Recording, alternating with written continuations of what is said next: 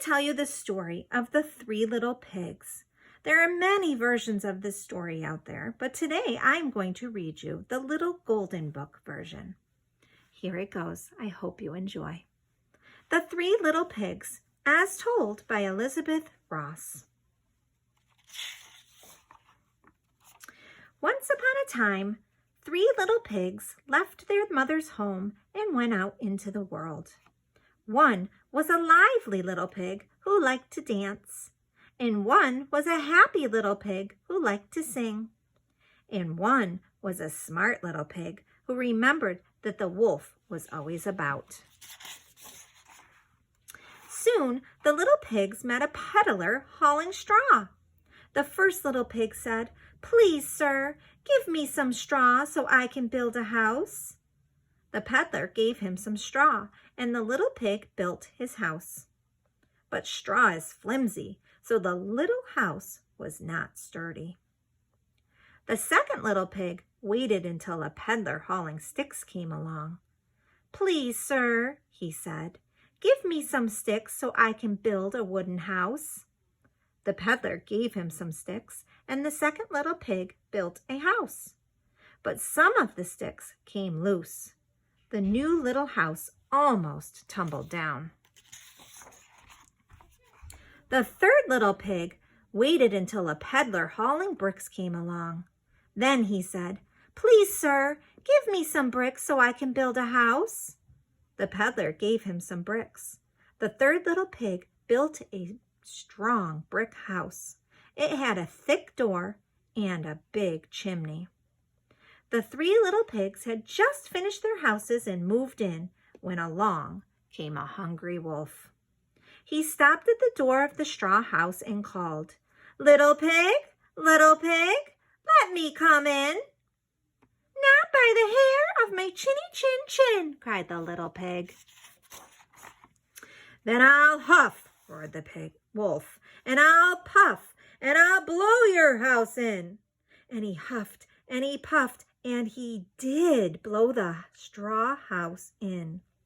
But he puffed so hard that he blew the little pig right to the door of the wooden house. The second little pig opened the door and let his brother in. The wolf hurried to the wooden house and called, little pig, let me come in." "Not by the hair of my chinny chin chin," cried the little pig. "Then I'll huff, and I'll puff, and I'll blow your house in," roared the wolf. He huffed, and he puffed, and he did blow the stick house in. But he puffed so hard that he blew the 2 little pigs right to the door of the brick house. The third little pig opened the door and let his brothers in. The wolf scurried to the brick house and called, little pig, let me come in." "Not by the hair of my chinny chin chin," cried the little pig. "Then I'll huff, and I'll puff, and I'll blow your house in," roared the wolf. He puffed and puffed and huffed and huffed, but he could not blow in that sturdy little brick house. At last he gave up. "Come with me tomorrow morning at 8 o'clock, he called, "and I'll show you Mr. Smith's fine turnip field." The next morning, the smart little pig got up at 7 o'clock. He hurried to the field and pulled some turnips. Then he skipped back home again. At 8 o'clock, the wolf came to the house. "Are you ready to go to the turnip field, little pig?" he called, smacking his lips. "Oh, I went an hour ago," answered the little pig. "Smell my juicy turnips cooking?" Now the wolf was angry at being tricked, but he could not show it. "Well then," he said kindly, "come with me tomorrow morning at 7 o'clock. I will show you the big apple tree in Mary Garden." The next morning, the little pig got up at 6 o'clock and hurried to the tree. He climbed it and was picking a basket of apples when the wolf came to the tree.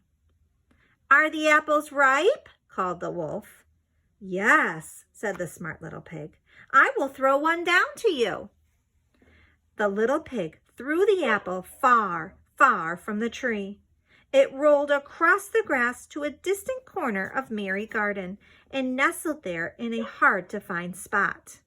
While the wolf was chasing it, the smart little pig jumped out of the tree and scurried to his brick house. The next day, the wolf came to the house again. "Little pig," he called, "come to the fair with me tomorrow morning at 6 o'clock. We will have a fine time seeing the sights."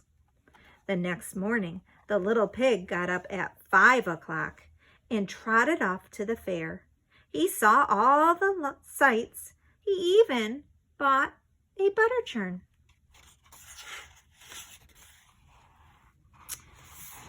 He was on his way home when he saw the wolf coming toward him. The little pig hopped into his churn and began rolling over and over. Down the hill, he rolled right past the frightened wolf who had never before seen a butter churn. He rolled right to the door of the little brick house. The next day, the wolf came to the house. He told about the round thing that had frightened him.